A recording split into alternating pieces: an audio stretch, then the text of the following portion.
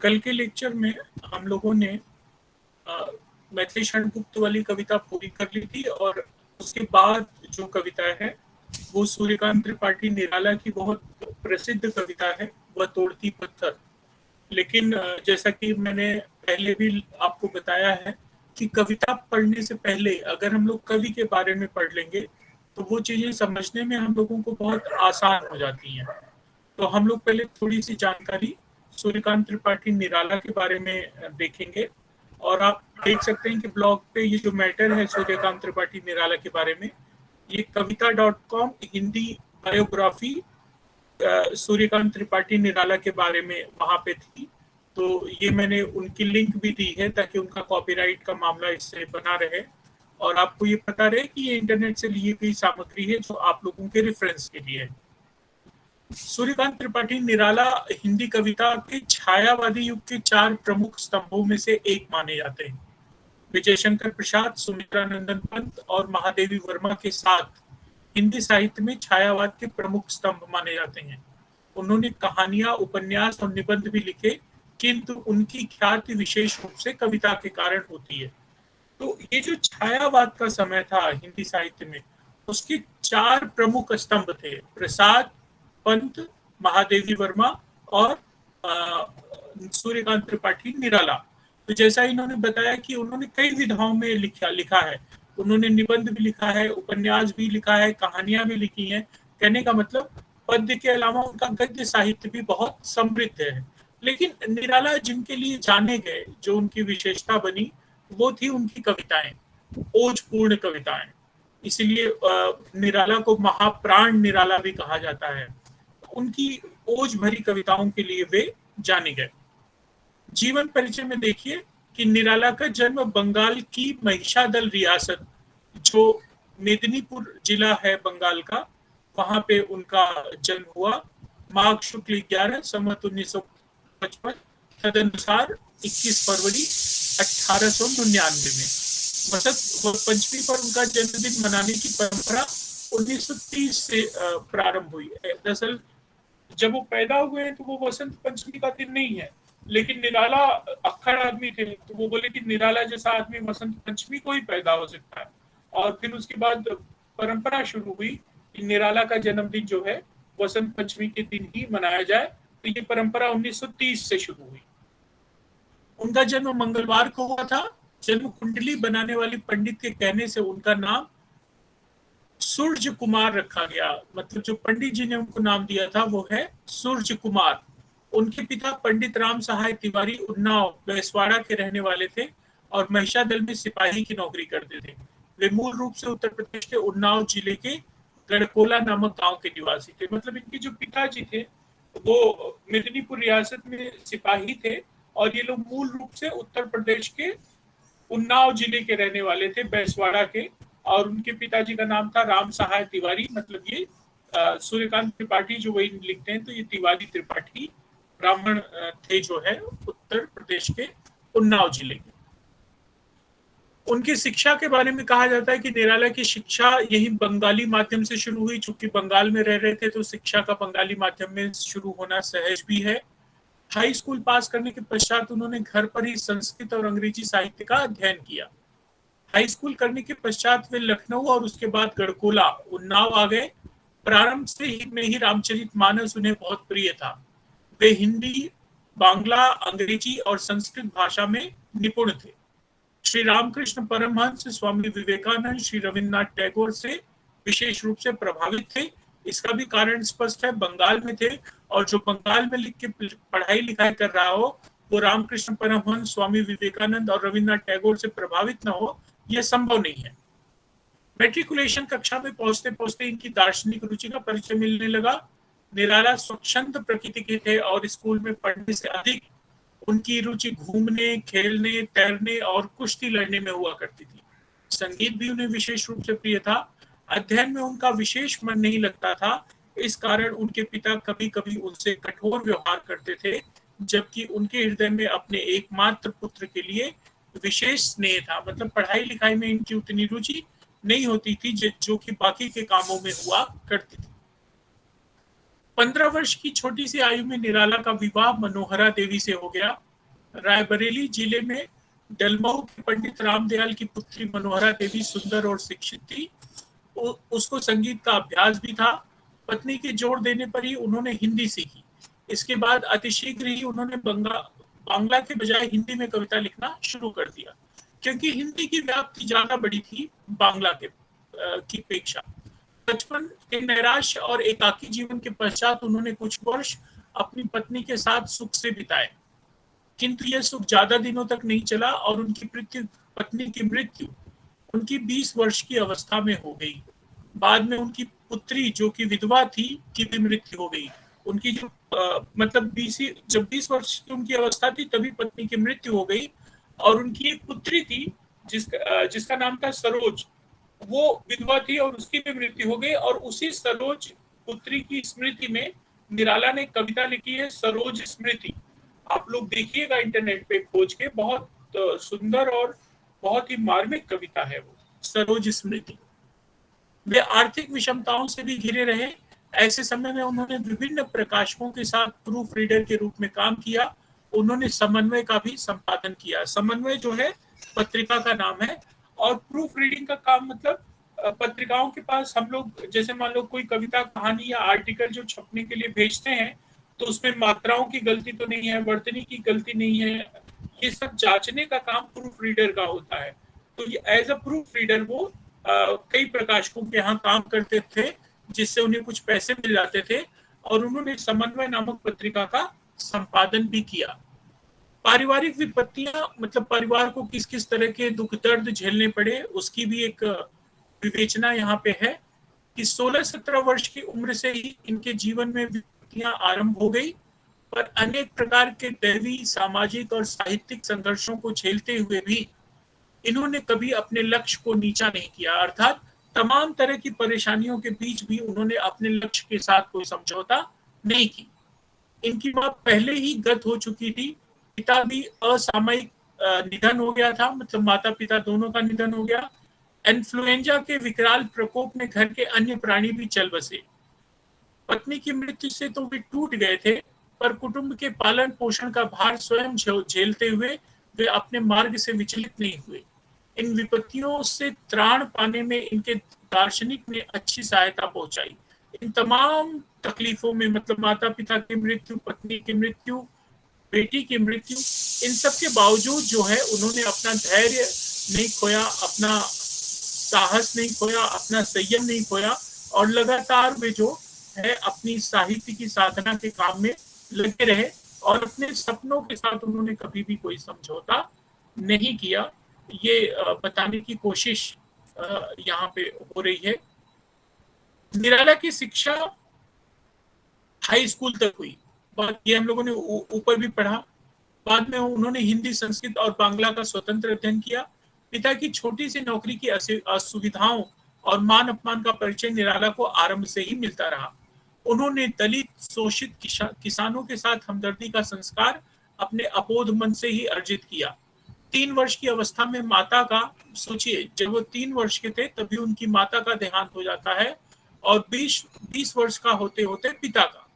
अपने बच्चों के अलावा संयुक्त परिवार का भी बोझ निराला पर पड़ा, मतलब उस समय परिवार ज्वाइंट फैमिली होती थी, तो उसका भी पूरा पालन पोषण की जिम्मेदारी निराला पर ही थी।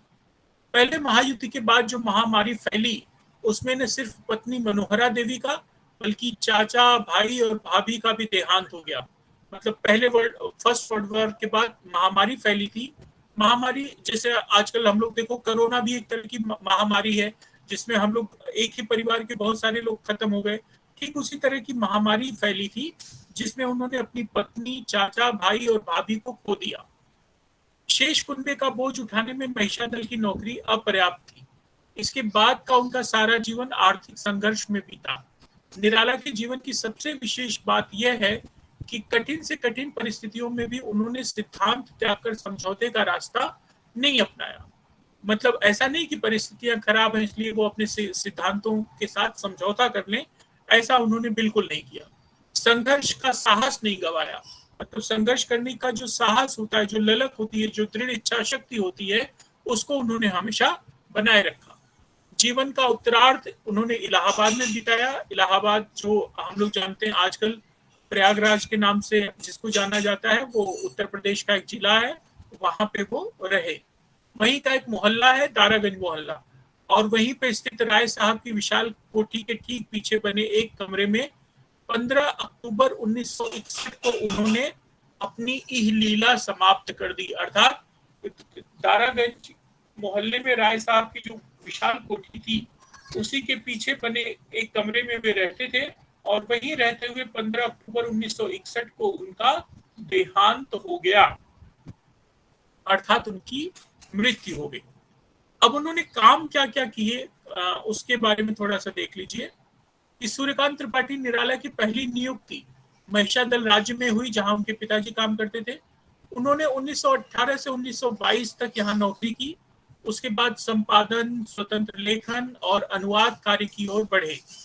1922 से 1923 के दौरान कलकत्ता से प्रकाशित समन्वय पत्रिका का उन्होंने संपादन किया, ये मैं आप लोगों को पहले ही बता चुका हूँ। 1923 के अगस्त से मतवाला के संपादक मंडल में कार्य किया। 1923 में मतवाला नाम की एक दूसरी पत्रिका जो निकलती थी, उसके संपादक मंडल से जुड़े, और यहीं पे चूंकि पत्रिका मतवाला थी, इसलिए उन्होंने अपना पेट नेम सूर्यकांत त्रिपाठी के आगे क्या लगाया, निराला।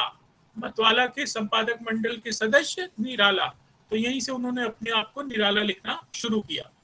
उसके बाद लखनऊ में गंगा पुस्तक माला कार्यक्रम में उनकी नियुक्ति हुई, जहां वे संस्था की मासिक पत्रिका सुधा, मतलब सुधा पत्रिका से भी वे 1935 के मध्य से संबद्ध रहे, जहां पे वे 1935 से 1940 तक का समय उन्होंने लखनऊ में बिताया।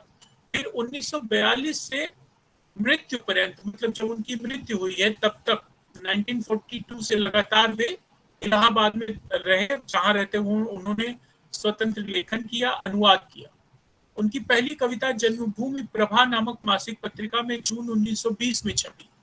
पहली कविता उनकी जन्मभूमि प्रभा नामक पत्रिका में छपी थी 1920 में। ये आपको एक वाक्य के प्रश्न के लिए पूछा जा सकता है कि निराला की पहली कविता कौन सी पत्रिका में छपी, तो आपको लिखना होगा जन्मभूमि प्रभा।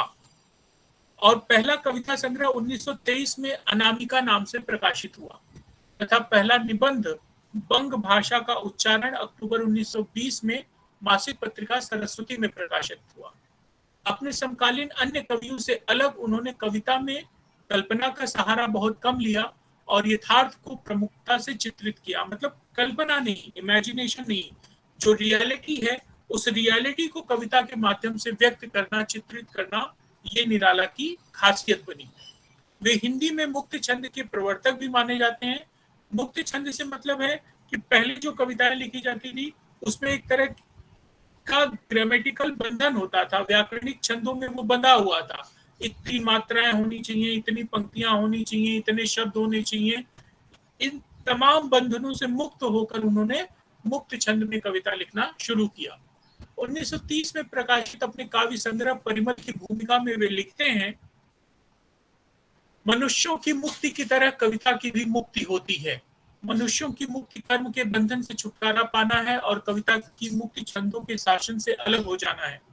जिस तरह मुक्त मनुष्य कभी किसी तरह दूसरों के प्रतिकूल आचरण नहीं करता, उसके तमाम कार्य औरों को प्रसन्न करने के लिए होते हैं, फिर भी स्वतंत्र, इसी तरह कविता का भी हाल है। मतलब वे इस बात के घोर विरोधी थे कि कविताओं को किसी व्याकरणिक छंदों में बांधकर फिर लिखा जाए। वो सहज रूप से कविता को सहज रूप से भाव में अभिव्यक्त करने की हिमायती थी। निराला ने 1920 के आसपास से लेखन कार्य आरंभ किया। उनकी पहली रचना जन्मभूमि पर लिखा गया एक गीत था। लंबे समय तक निराला की प्रथम रचना के रूप में प्रसिद्ध जूही की कली शीर्षक कविता, जिसका रचना काल स्वयं निराला ने 1916 बताया था, वस्तुतः 1921 के आसपास लिखी गई थी तथा 1922 ईस्वी में पहली बार प्रकाशित हुई थी। कविता के अतिरिक्त कथा साहित्य तथा गद्य की अन्य विधाओं में भी निराला ने बहुत कुछ लिखा। अब यहाँ पे आ जाइए और देखिए कि निराला ने क्या क्या लिखा है।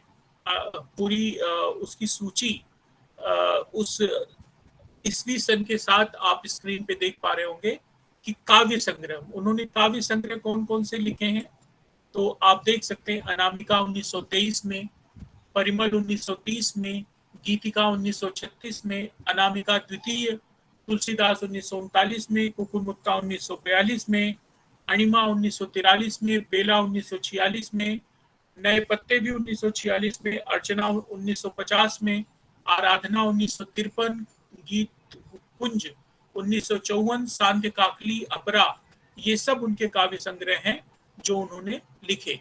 इसके अलावा उन्होंने बहुत सारे उपन्यास भी लिखे, जिसमें अप्सरा, अलका, प्रभावती, निरूपमा, कुल्ली भाट, बिल्लेसुर बकरिया, चोटी की पकड़, काले कारनामे, चमेली, इंदुलेखा, इंदुलेखा, चमेली और काले कारनामे, ये उनके अपूर्ण उपन्यास हैं, मतलब वो पूरे नहीं कर पाए थे। लेकिन अप्सरा, अलका, प्रभावती, निरूपमा, कुल्ली भाट और बिल्लेसुर बकरिया और चोटी की पकड़, ये सब उनके पूर्ण उपन्यास हैं। कहानियां भी, उन कहानी संग्रह भी उनके आए हैं, जिसमें लिली 1934 में, सखी 1935 में, सुकुल की बीवी 1941 में, चतुरी चमार 1945 में इत्यादि संग्रह उनके प्रकाशित हो चुके हैं। ठीक उसी तरह निबंध और आलोचना संबंधी उनकी किताबें रविंद्र कविता कानन, प्रबंध पद्म, प्रबंध प्रतिमा, चाबुक, चैन इत्यादि जो है प्रकाशित हुए। पुराण कथा में महाभारत और रामायण की अंतर कथाएं उनकी प्रकाशित हैं। बच्चों के लिए साहित्य, मतलब बालोपयोगी साहित्य की बात करें तो वो भी उन्होंने लिखा है, जिसमें भक्त ध्रुव, भक्त प्रहलाद, भीष्म, महाराणा प्रताप, सीख भरी कहानियां इत्यादि जो है उन्होंने लिखी हुई हैं। और उन्होंने बहुत सारे अनुवाद के भी काम किए, जिसमें रामचरितमानस विनय का भाग, खड़ी बोली हिंदी में पद्यानुवाद, आनंद मठ बांग्ला से गद्यानुवाद उसका उन्होंने किया, और कृष्णकांत का वसीयतनामा, दुर्गेश नंदिनी, राज सिंह, राजरानी, देवी चौधरानी, ये सब उन्होंने 3 खंडों में जो निकला, इन सब का उन्होंने अनुवाद किया। निराला की रचनावली नाम से 8 खंडों में पूर्व प्रकाशित एवं अप्रकाशित संपूर्ण रचनाओं का सुनियोजित प्रकाशन 1983 में हो चुका है। कहने का मतलब इस निराला रचनावली में निराला द्वारा लिखे गए सभी साहित्य, चाहे वो कहानी हो, उपन्यास हो, कविता हो, सब आपको यहाँ पे मिल जाएगा। तो ये एक बुनियादी जानकारी जो निराला के बारे में हमको मालूम होनी चाहिए थी, वो हम लोगों ने यहाँ पे देखा। और इसमें 2 चीजें आपके लिए बड़ी महत्वपूर्ण हैं। पहली कौन सी, कि वो निराला मुक्त छंद के प्रणेता थे।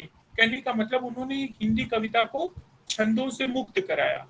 और दूसरी बात, वे आदर्श और नैतिकता का बखान नहीं करना चाह रहे थे। जो यथार्थ है, जो रियलिटी है, जो सच्चाई है, उस सच्चाई को सामने रखने में वो ज्यादा बड़े कवि अपने आप को मानते थे, कि जो सच की बात करे, जो यथार्थ को सामने रखे, ऐसी कविताओं को वो हमेशा प्रमुखता देते थे। उनकी जो कविता आपके पाठ्यक्रम में है वह है वह तोड़ती पत्थर। यहाँ पे तोड़ती पत्थर लिखा गया है, लेकिन पूरी कविता का शीर्षक है वह तोड़ती पत्थर। ये उन्होंने इलाहाबाद में रहते हुए ही लिखी है, और बताते हैं कि आनंद भवन के सामने सड़क पर जो है एक स्त्री अपने बच्चे को वहीं पे लिटाए हुए है, और एक बड़े से हथौड़े पे गर्मी की दोपहरी के बीच में बड़े बड़े प्रहार पत्थरों पे कर रही है ताकि वो टूट जाए, और सामने आनंद भवन है।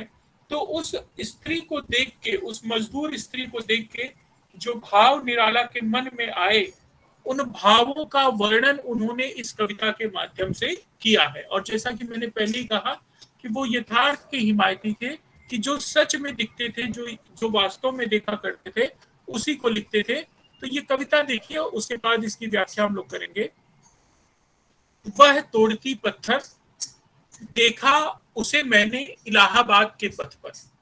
वह तोड़ती पत्थर, देखा उसे मैंने इलाहाबाद के पथ पर।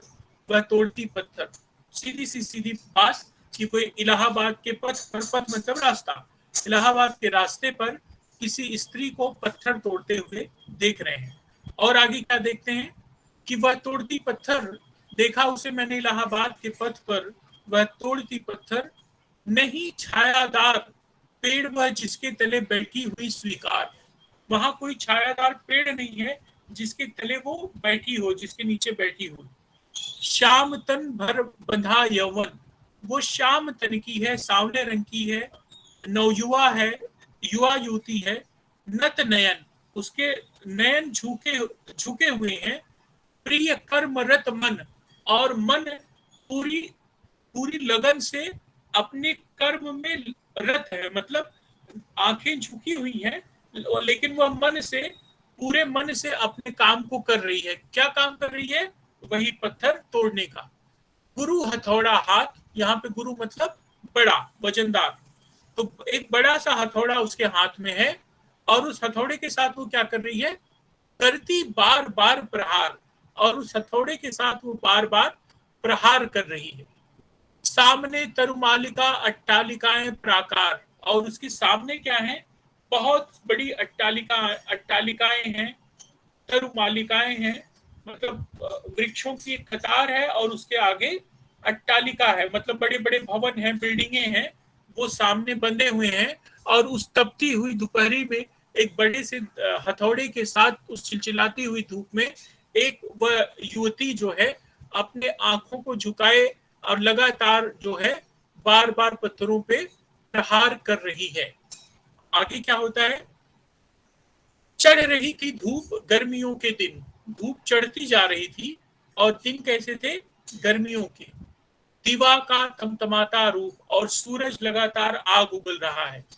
उठी झुलसती हुई लू, और चूंकि गर्मियों के दिन है, लगातार गर्मी बढ़ रही है, और उस समय जो हवा भी चलती है वो झुलसाती हुई लू रहती है। कहने का मतलब उसमें तपिश रहती है, धूप की तपिश रहती है। रुई चिनगी छा गई, प्राय हुई दोपहर, रुई चिनगी छा गई। और ऐसे माहौल में जब दोपहर हो गई, मतलब प्राय दोपहर हो चुकी थी, अर्थात 12-1 बज रहे थे, लेकिन वह क्या कर रही है? इन तमाम कठिन परिस्थितियों के बीच में भी वह स्त्री लगातार पत्थर तोड़ रही है। आगे क्या होता है? देखते देखा मुझे तो एक बार, लेकिन जब उसने देखा, उस स्त्री ने, कि मैं उसे देख रहा हूं, तो क्या होता है?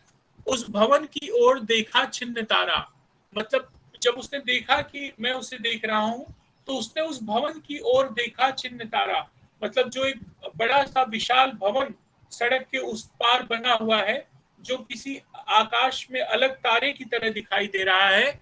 देख कर कोई नहीं देखा मुझे उस दृष्टि से, जो मार खा रोई नहीं। और उस तरफ देखकर उसने मुझे फिर उस नजर से देखा कि जैसे कोई मार तो खा रहा हो, लेकिन उसे रोने की भी इजाजत नहीं हो। मार खा रोई नहीं, सजा सहज सितारा, सुनी मैंने वह नहीं जो थी सुनी झनकार, एक क्षण के बाद वह काफी सुघर, ढुलक माथे से गिर सिकर, सिकर मतलब होते हैं पसीने की बूंदें। लीन होते कर्म में फिर जो कहा मैं तोड़ती पत्थर। कई लोग, कई आलोचक इस बात को कहते हैं कि वो जिस भवन की ओर इशारा कर रहे हैं, जो छिन्न तारा बता रहे हैं, वो भवन कोई और भवन नहीं, आनंद भवन था, जो नेहरू जी का था। तो नेहरू जी का भवन जो है, भवन की तरफ देखना और फिर उस नजर से देखना कि जिस तरह से कोई मार खाए लेकिन उसे रोने की इजाजत न हो, तो कहीं न कहीं निराला नेहरू की उन सब प्रधानमंत्री के रूप में नेहरू की तमाम नीतियों का, उनकी पॉलिसीज के प्रति एक तरह से दुराग्रह व्यक्त करते हैं कि एक ऐसा प्रधानमंत्री जिसकी नीतियों से एक के बावजूद एक मजदूर ऐसी ऐसी दुर्लभ अवस्था में अगर काम करने के लिए विवश है, एक स्त्री पत्थर तोड़ने के लिए विवश है, तो वो सारी नीतियां किस काम की। लेकिन चूंकि वो मजदूर है, उसे रोने की भी इजाजत नहीं है। कहने का मतलब उनके खिलाफ कुछ बोलना, कहना, सुनना उसकी पहुंच से कहीं बहुत ऊपर की चीज है, इसलिए शायद वह कुछ कहती नहीं, बल्कि चुपचाप वापस अपने काम में लीन हो जाती है, वह काम जो पत्थर तोड़ने का है। तो ये कविता कई मायनों में, कई तरीकों से प्रतीकात्मक है। पहली तो सीधी सीधी बात है कि स्त्री के पत्थर तोड़ने की बात है। दूसरी बात मैं वो बता रहा हूँ कि जैसे अगर वो सामने आनंद भवन को देख रही है, वो जो बड़ा सा भवन है, तो निश्चित तौर पे नेहरू की जो पॉलिसी थी, नेहरू की जो सारी योजनाएं थी, उन योजनाओं के ऊपर भी एक प्रश्न चिन्ह है कि वो सारी योजनाएं किस काम की, जो किसी गरीब के दुखों को दूर नहीं कर रहे हैं। लेकिन एक तीसरा संदेश भी है, और वो है ऐसे कठिन समय में भी जब योजनाएं काम नहीं कर रही हैं, नीतियां काम नहीं है, परिस्थितियां अनुकूल नहीं है, हर आदमी अपने को हताश और निराश महसूस कर रहा है, हम मार खाकर भी रो भी नहीं सकते, मतलब अपनी तकलीफें दिखा भी नहीं सकते, तो सत्ता और शासन का दबाव और क्रूर चक्र हमेशा हम हर समय में इसी तरह का होता है। जैसे आज भी जो भारत की स्थितियां ऐसा नहीं है कि बहुत बेहतर हो गई हैं, आज भी जो गरीब वर्ग है वो और गरीब होता जा रहा है, जो अमीर है वो और अमीर होते जा रहा है। तो ऐसे में जो गरीब है, शोषित है, दलित है, उसको क्या करना चाहिए? तो वही कि तोड़ती पत्थर, मतलब ये जो व्यवस्था रूपी पत्थर है जिसके अंदर कोई संवेदनाएं नहीं है, जो गरीबों का उद्धार नहीं करती, लगातार हमको उस पर प्रहार करना होगा, बार बार प्रहार करना होगा। परिस्थितियां कितनी भी विकट क्यों न हो, हमें इस व्यवस्था को तब तक इस व्यवस्था पे प्रहार करना होगा जब तक कि ये व्यवस्था टूट कर बिखर न जाए। तो इस तरह से एक ही कविता के कई कई संदेश, कई कई परतें खुलती हैं इस कविता के माध्यम से, और कविता बहुत सहज और सरल रूप से लिखी गई है। इसको समझने में किसी तरह की कोई दिक्कत आपको नहीं आनी चाहिए। वह तोड़ती पत्थर देखा मैंने उसे इलाहाबाद के पथ पर, नहीं छायादार पेड़ वह जिसके तले बैठी हुई स्वीकार, श्याम तन भर बंधा यौवन नत नयन प्रिय कर्मरत मन, गुरु हथौड़ा हाथ करती बार बार प्रहार, वह तोड़ती पत्थर। तो कविता आप लोगों को मुझे लगता है पसंद भी आई होगी और समझ भी आई होगी। हाँ सर। तो ये कविता आज हम लोगों ने, बल्कि देखो आज हम लोगों ने निराला के बारे में भी जान लिया, और निराला के साथ साथ हमने उनकी इस कविता के बारे में भी पढ़ लिया। तो ये कविता आज यहाँ पे पूर्ण हुई। कल जो है आपके पाठ्यक्रम के अनुसार जो अगले कवि और अगली कविता होंगी, कल हम लोग उसकी शुरुआत करेंगे।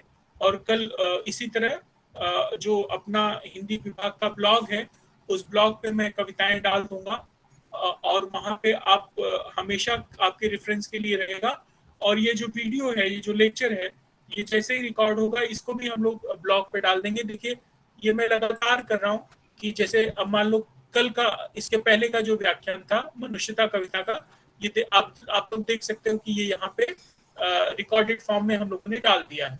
तो आज का भी व्याख्यान में जो है रिकॉर्डेड फॉर्म में डाल दूंगा, ताकि जो बच्चे लेक्चर नहीं बैठ पा रहे हैं या किसी कारणवश नहीं जुड़ पा रहे हैं, वो दोबारा जब भी जुड़े तो उनके पास नोट्स के रूप में भी चीजें अवेलेबल हो और व्याख्यान के रूप में भी अवेलेबल हो। तो आप लोग जब भी समय मिले ब्लॉग पर विजिट कर लिया करिए, तो यहाँ पे आपके अध्ययन से जुड़ी हुई सारी सामग्री उपलब्ध रहेगी। तो आज का व्याख्यान हम लोग यहीं पे खत्म करते हैं, और कल जो है हम लोग एक नई कविता के साथ दोबारा हाजिर होंगे, जो कि आपके पाठ्यक्रम का हिस्सा है। ठीक है, तो मैं क्लास ठीक है बंद सर। कर रहा हूँ। ठीक है बेटा, चलो। ठीक है।